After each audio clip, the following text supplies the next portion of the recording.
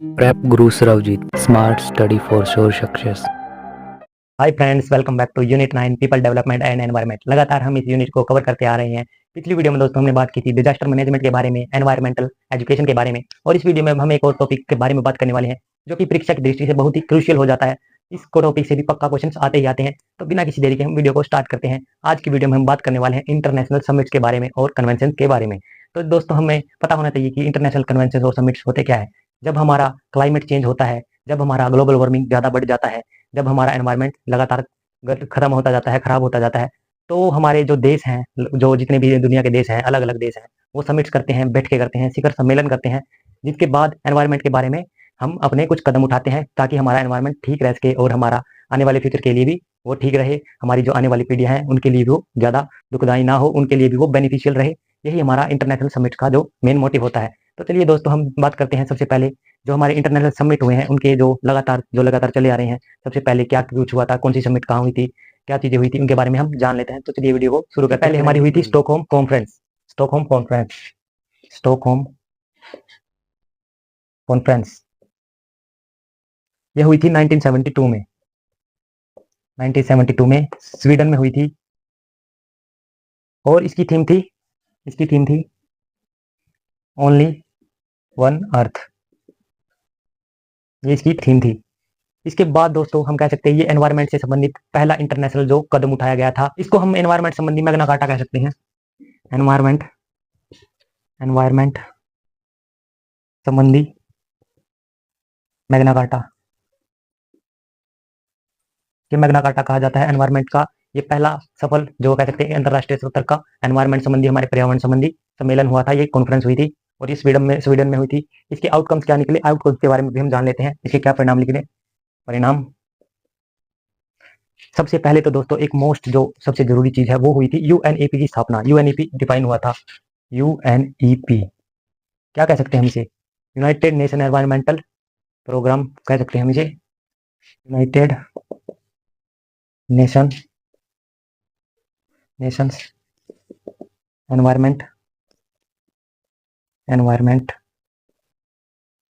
Programme हम इसे कहते हैं। इसके बाद हम कह सकते हैं कि जो हमारे ये यूएनईपी है, इसमें ही जो हमारे एनवायरमेंट संबंधी प्रोग्राम्स होते हैं, हमारी अवेयरनेस होती है और हमारे जितने भी कॉन्फ्रेंसेस वगैरह होते हैं उनकी सभी की रिपोर्ट यही हेड करता है, यही हमारा हेड होता है UNEP, United Nation education sorry environmental programme. और इसके बाद दोस्तों जो इसमें एक और चीज आई थी, जो हमारी डेवलपिंग कंट्रीज थी, जो हमारे देश थे, विकासशील देश थे, उनका कहना था कि अगर हमारे मतलब पॉवर्टी होगी, हमारे गरीबी होगी और हमारा देश विकसित नहीं होगा तो हम एनवायरमेंट पर कैसे बजट अपना यूज करेंगे। जैसे कि एग्जांपल ले सकते हैं, अगर कोई देश मतलब गरीब है और वहां पर खाने पीने के लिए अपनी जो चीजें पूरी नहीं हो पा रही, तो वो अपने एनवायरमेंट की सुरक्षा के लिए कैसे इस्तेमाल करेगा, कैसे अपना यूज करेगा पैसे का या अपनी करेंसी का, जो भी हो सकती है। तो ये था हमारा कह सकते हैं कि स्टॉकहोम कॉन्फ्रेंस। आप इसे नोट कर लीजिए, नोट करना चाहें तो फिर हम इसे मिटा देंगे। इसके बाद दोस्तों हमारा नेक्स्ट आता है, नेक्स्ट हमारा एक और इंपॉर्टेंट टॉपिक आता है ब्रूडलैंड रिपोर्ट। पिछली वीडियोस में मैंने ब्रूडलैंड रिपोर्ट के बारे में आपको बताया है, जिसमें से हमारी सस्टेनेबल डेवलपमेंट की जो डेफिनेशन आई थी। ब्रूडलैंड रिपोर्ट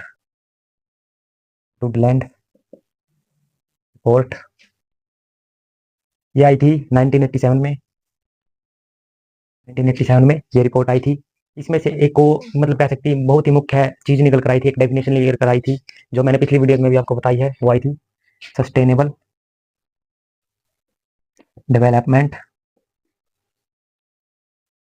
ये निकल कर आई थी। इसमें हम क्या कह सकते हैं, सस्टेनेबल डेवलपमेंट की मैंने पहले आपको डेफिनेशन बताई है, यानी कि हम आज के टाइम में जो हमारा एनवायरनमेंट है उसका इस प्रकार यूज करें कि जो हमारे आने वाले मतलब कह सकते हैं हमारी जो जनरेशन है उनको कोई भी समझौता न करना पड़े। ये हमारी सस्टेनेबल डेवलपमेंट की कह सकते हैं कि जो हमारी डेफिनेशन इन्होंने दी थी, यही इसका मुख्य टॉपिक था ब्रूडलैंड रिपोर्ट का। और हम कह सकते हैं जो ब्रूडलैंड है, ब्रूडलैंड क्या है, ये एक महिला का नाम है और ये हम कह सकते हैं कि नॉर्वे की पीएम थी। नॉर्वे की पीएम थी। 1987 में ये रिपोर्ट आई थी। आप इसे नोट करना चाहें तो कर लीजिए, हम इसे मिटा देंगे। इसके बाद दोस्तों हमारा एक और इंपॉर्टेंट टॉपिक आ जाता है मॉन्ट्रियल प्रोटोकॉल। मॉन्ट्रियल प्रोटोकॉल ये कब आया था, ये आप कमेंट में बताइए, क्योंकि मैंने पहले भी जो वीडियोस में आपको इनके बारे में बताया है मॉन्ट्रियल प्रोटोकॉल के बारे में। इसमें क्या हुआ था, ओजोन लेयर डिप्लेशन, जो ओजोन लेयर का डिप्लेशन हो रहा है, क्षरण हो रहा है, उसको कम करने के लिए, उसको घटाने के लिए हमारा मॉन्ट्रियल प्रोटोकॉल आया था।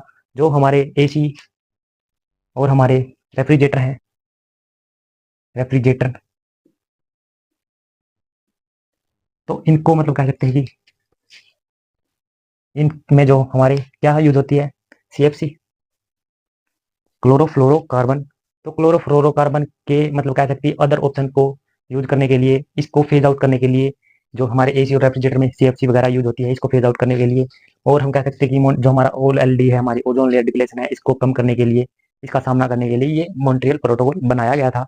और कह सकते हैं कि हमारा बाद में ये बहुत ही कामगार साबित हुआ, ये बहुत ही मतलब सक्सेसफुल प्रोटोकॉल माना गया हमारा मॉन्ट्रियल प्रोटोकॉल। ओजोन लेयर संबंधी बाद में हमारा जो ओजोन लेयर का होल था वो घट भी गया था।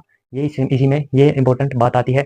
और कह सकते हैं जो हमारी डेवलप्ड कंट्री हैं, डेवलप्ड कंट्रीज, उन्होंने दोस्तों कह सकते हैं कि यहाँ पर काम किया था, और उनका जो मतलब कह सकते हैं एमिशन था, उन्होंने अपने एमिशन को घटाने का काम किया था यहाँ पर डेवलप्ड कंट्रीज ने।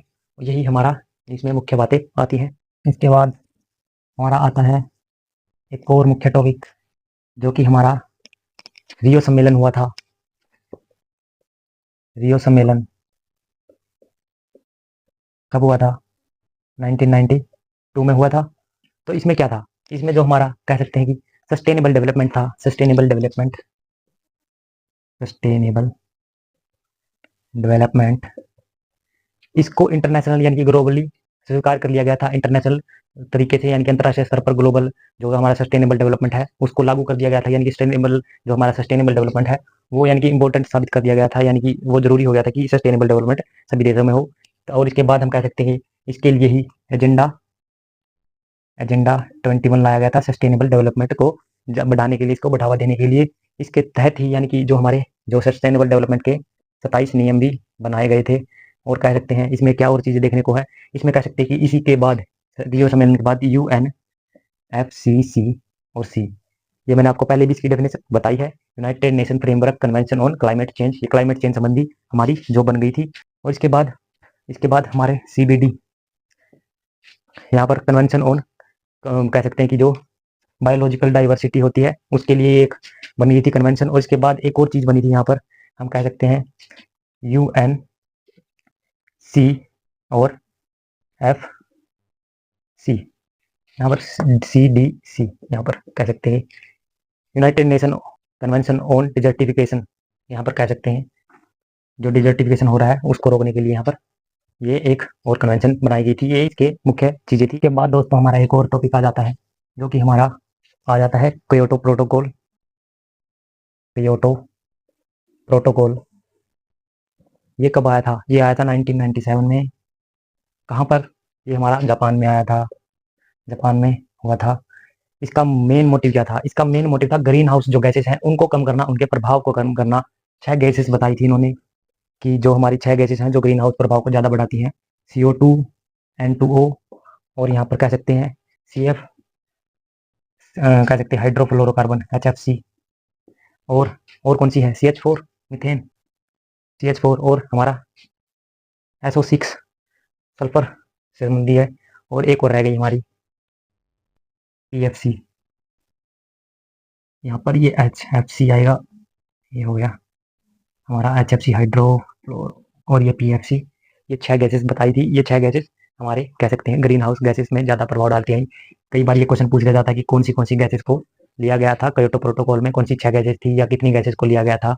और गैसेस का नाम भी पूछ लिया जाता है, जैसे 6 गैसेस दे देंगे, 3 गैसेस दे देंगे कि भाई कौन कौन सी थी, ऐसे भी पूछ लिया जाता है। ये क्वेश्चन में आ जाता है कई बार।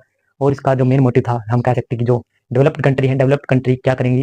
ग्रीन हाउस गैस यानी कि जो प्रभाव है उनको कम करने के लिए अपना ज़्यादा काम करेंगी। हम कह सकते हैं कि यहाँ पर जो हमारी रिस्पॉन्सिबिलिटी किनकी ज़्यादा होगी? जो डेवलप्ड कंट्री है उनकी रिस्पॉन्सिबिलिटी ज़्यादा होगी।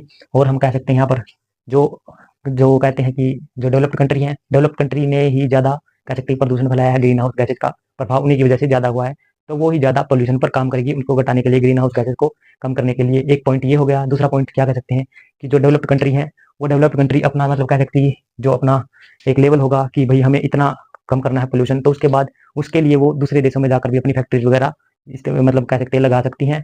और इसके बाद हम कह सकते हैं कि जो वहाँ से भी उन्हें कार्बन क्रेडिट कहते हैं, कार्बन क्रेडिट मिलेंगे, कार्बन क्रेडिट, कार्बन क्रेडिट क्या होता है इसके बारे में भी आपको पता होना चाहिए। कार्बन क्रेडिट कह सकते हैं कि जैसे पोल्यूशन वगैरह होता है, पोल्यूशन वगैरह कि भाई इस कंट्री ने इतना पोल्यूशन कर दिया, तो वो कार्बन क्रेडिट उसके मतलब अगेंस्ट यूज किया जा सकता है कि भाई हमने कार्बन क्रेडिट कमाए, हमने दूसरे देशों की हेल्प भी की है, इसके लिए वो ये कार्बन क्रेडिट उनका जो कहते हैं कि पोल्यूशन का जो स्तर है उसको कम करने के लिए ये यूज कर लिए जाते हैं। और जो हमारी कह सकते हैं कि जो डेवलप्ड कंट्री नहीं है, जो विकासशील कंट्री है, डेवलपिंग कंट्री है, उनमें फंड रेज कर सकती हैं। ये कौन सी डेवलप्ड कंट्रीज, हमारे इंडिया में भी फंड रेज किया है, फ्रांस ने फंड रेज किया था हमारे इंडिया में सोलर एनर्जी, कह सकते हैं कि वाइंड एनर्जी के लिए हमारे मतलब फ्रांस ने यहाँ पर फंड दिया था। आप ये सभी बातें नोट कर लीजिए, लिख लीजिए, ताकि आपको पेपर में आए तो आप इन्हें वेरीफाई कर सकें, आपने नोटिफाई कर सकें। तो दोस्तों ये रहा हमारा क्योटो प्रोटोकॉल। इसके बाद हमारा एक और लास्ट जो मेन टॉपिक हमारा एक पॉइंट आ जाता है, जो कि हमारा होगा पेरिस एग्रीमेंट। पिछली वीडियोस में मैंने पेरिस एग्रीमेंट के बारे में आपको बताया है।